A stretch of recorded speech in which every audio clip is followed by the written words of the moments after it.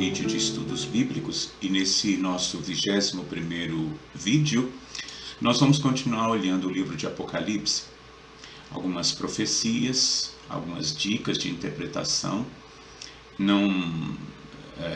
Nesse vídeo não se pretende esgotar em absoluto o livro de Apocalipse, porque é um estudo muito extenso, né? O livro de Apocalipse exige uma pré-leitura, né, de interpretações para que a gente possa compreender algumas das inúmeras figuras, né, que o livro contém.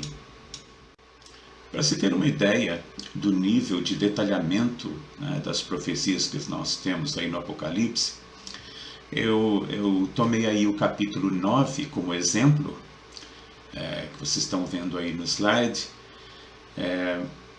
e estas figuras, esses gafanhotos, na verdade, eles se referem à expansão do Islã. Esses gafanhotos, né, com aspecto especial aí, né, com cabelos compridos, ferrões, eles são uma figura dos sarracenos, né?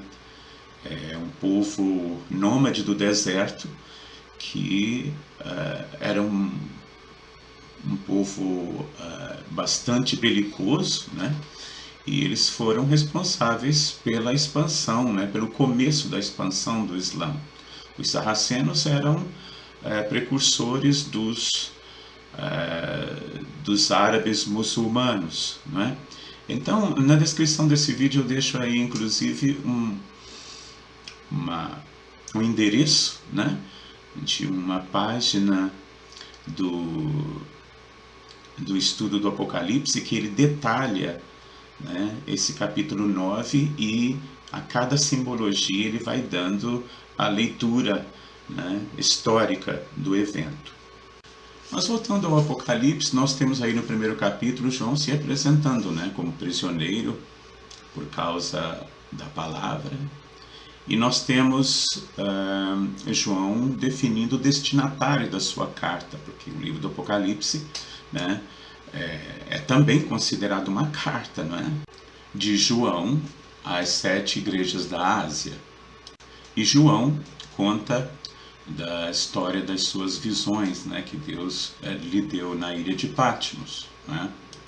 Dizendo que num dia de sábado ele foi surpreendido, né, com a visão de um ser espetacular. Essa ilustração que nós vamos colocar aqui nem de longe chega à impressão maravilhosa que João teve ao mirar aquela figura, né, que era a figura de Jesus glorificado. Esta figura de Jesus tem algumas características especiais, né? Ele é cingido, né, no peito por um cinto de ouro, sai da sua boca uma espada de 2 gumes, né, significando a sua palavra, né, o poder da palavra. E esse ser anda no meio de 7 candeeiros, né, e o próprio Jesus dá a resposta. As 7 lâmpadas são os anjos das 7 igrejas, né, os anjos que cuidam das 7 igrejas. E os candelabros são as 7 igrejas, né? Isso Jesus mesmo dá a interpretação. Estas igrejas da Ásia são Éfeso, Esmirna, Pérgamo, Tiatira, Sardes, Filadélfia e Laodiceia. E essas igrejas, elas existiam mesmo. Então as cartas são cartas literais, né, para a igreja. Mas no Apocalipse, o número 7, geralmente 7 trombetas, 7 taças, são geralmente linhas de tempo, de um assunto definido.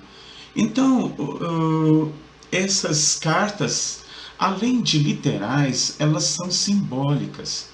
Na verdade, elas contam a história da igreja, né, em 7 períodos diferentes. Nós temos aqui, por exemplo, o significado dessas igrejas. Olha, Éfeso significa desejável, Esmirna significa mirra, Pérgamo, exaltação, Tiatira, cheiro suave, Sardes, canto de alegria, Filadélfia, amor fraternal, e Laodiceia, julgamento do povo. Notem que Esmirna, por exemplo, né, nós estamos colocando aí, né, o gráfico, Esmirna, que significa mirra, é o templo da igreja perseguida, né?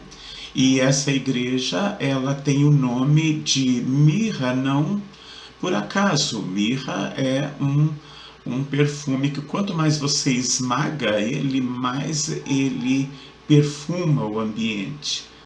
Em cada carta existe um elogio por parte do Senhor Jesus e existe também uma reprimenda. Apenas duas igrejas são diferentes. A igreja de Esmirna, ela não tem reprimenda. É a igreja perseguida, não é? E quanto mais perseguida a igreja de Esmirna, apresentava maior fé, maior atitude cristã, não é? Então não tem reprimenda. E a última igreja, que é a igreja de Laodiceia, que é a igreja dos nossos dias, ela não tem elogio, ela só tem reprimenda, né? Laodiceia é colocada como uma igreja que acha que tem tudo, uma igreja que não precisa de nada, né? E Jesus mesmo fala: você mal sabe que você é cego, pobre e nu, e que estou a ponto de vomitar-te da minha boca. E não tem elogio algum. Essa é a igreja de Laodiceia, né? A igreja que representa os nossos tempos. No capítulo 12 de Apocalipse, nós temos a descrição de uma mulher, né, pura, né, símbolo da igreja, né, a igreja de Jesus. E essa mulher está para dar à luz. E existe um dragão também ali, cuja cauda arrasta 1/3, né, das estrelas do céu. As estrelas são interpretadas como anjos, ou seja, a rebelião de Satanás levou consigo 1/3 dos anjos do céu, né, para sua causa. E esta mulher que vai dar à luz, ela vai dar à luz a Jesus, né, que nasceu no seio da igreja. E o dragão sempre quis devorá-la, né? É interessante como, né, Deus providencia um meio para resguardar a igreja. A profecia termina, né, com a promessa de Deus de proteger a mulher, né, alimentá-la, né, no deserto, em condições difíceis, né, mas Deus protegeria o seu povo por 1260 dias, que em profecia significam 1260 anos. Esse período aparece não só no Apocalipse, algumas vezes, mas ele aparece também em Daniel. E esses 1260 anos são os 1260 anos de supremacia papal, né? E em que a igreja perseguia movimentos religiosos dissidentes e matou vários proto-reformadores. E a Santa Inquisição, ela, inclusive a Igreja Católica, né, sob a égide de João Paulo II, pediu perdão pelas atrocidades cometidas pela Igreja neste período, né? Esse período de 1260 anos, ele começa no ano 538 depois de Cristo, com o decreto de Justiniano. Esse decreto de Justiniano confere ao bispo de Roma, então, poderes absolutos, né, sobre não só a igreja, mas poderes políticos também, né? E o período termina em 1789 depois de Cristo. Napoleão, descontente com as críticas, né, da igreja com a Revolução Francesa, né, o liberalismo na Revolução Francesa, Napoleão então manda o seu general Berthier, que vai e prende o Papa Pio VI e leva ele preso, né, para a França. Aí a gente tem o fim dos 1260 anos, porque o poderio, principalmente político, né, de Roma já não prevalecia, né? Mas este decreto de prisão ele foi um golpe de morte, mas a Apocalipse diz que ela teria uma ferida que seria depois curada, e todos se maravilhariam, né, com esta cura. E esta cura aconteceu no Tratado de Latrão, quando Mussolini devolveu à Igreja o território político do Vaticano, né, tornando o Vaticano um Estado político, né, onde Apocalipse diz que essa ferida seria então curada, né. Este Tratado de Latrão foi celebrado, foi assinado no dia 11 de fevereiro de 1929. Quanto ao dragão, ele é identificado, né, no próprio livro de Apocalipse como sendo a antiga serpente, né, diabo e Satanás, né, que continua a fazer guerra contra a Igreja de Deus, né. Depois eu gostaria de pontuar Apocalipse 5, capítulo 5 de Apocalipse, fala de um livro, né?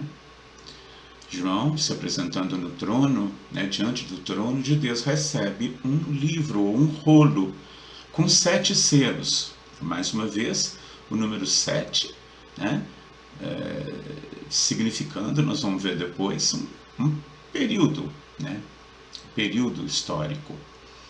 E é interessante como que João viu o livro selado e se entristeceu a ponto de chorar, porque não havia ninguém para abrir os 7 selos, para quebrar os 7 selos. O Dr. Rodrigo Silva, que é arqueólogo e versado em historiografia bíblica, ele e história das civilizações também, né? Um indivíduo que tem doutorado, mestrado na área de filosofia e é também arqueólogo. Ele diz que antigamente as heranças eram seladas com vários selos, escrito por dentro, escrito por fora, para atestar o conteúdo, né, do que estava escrito. E era uma herança que o único que podia quebrar os selos era o herdeiro, não é? Então aqui, na verdade, nós temos uma figura muito bonita de que ninguém tem direito a herança alguma no céu, né? Somos pecadores. Então, o motivo pelo qual João chorava é pelo fato de que não existia um remidor, não existia ninguém que pudesse abrir aquele selo para herdar, né, a vida eterna. Até que o anjo disse para ele: João, não chora, né? O cordeiro que foi morto, né, é digno de abrir os selos. E nós temos a partir daí, a cada selo que é quebrado, né, a equivalência de uma profecia, né, que segue uma linha do tempo. Eu vou deixar aqui na descrição também o endereço do site do arqueólogo e pastor Rodrigo Silva, que é um indivíduo com uma capacidade enorme de compreender essas questões, e vale a pena visitar esse site. Depois eu pontuei aqui no capítulo 8, versículos 2 a 6, as 7 trombetas. As 7 trombetas, elas são tocadas, assim como os selos, elas também pronunciam profecias que são ligadas à contrafração de Satanás, né? Os movimentos religiosos e políticos que foram preditos e que certamente foram inspirados por Satanás, né? E depois das 7 trombetas, nós temos as 7 taças, né? Que elas são as pragas finais que cairão sobre a humanidade impenitente, né? Aqueles que se recusam a aceitar a graça oferecida por Deus através de Cristo Jesus.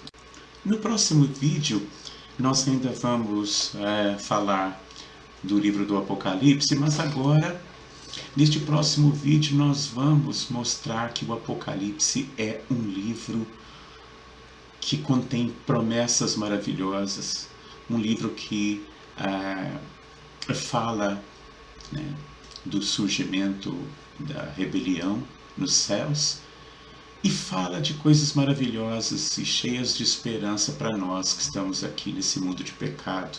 Fala sobre a vinda de Jesus, como vai ser a vinda de Jesus, como nós vamos passar 1000 anos no céu para depois nós voltarmos. E nessa volta à terra, os ímpios serão ressuscitados, julgados, destruídos. E nós vamos habitar para todo sempre uma terra renovada. E Deus habitará conosco também. Fiquem com Deus e lembre-se de que o conhecimento da palavra de Deus é o princípio de uma relação íntima com o nosso Criador. Que Deus possa abençoar a todos nós.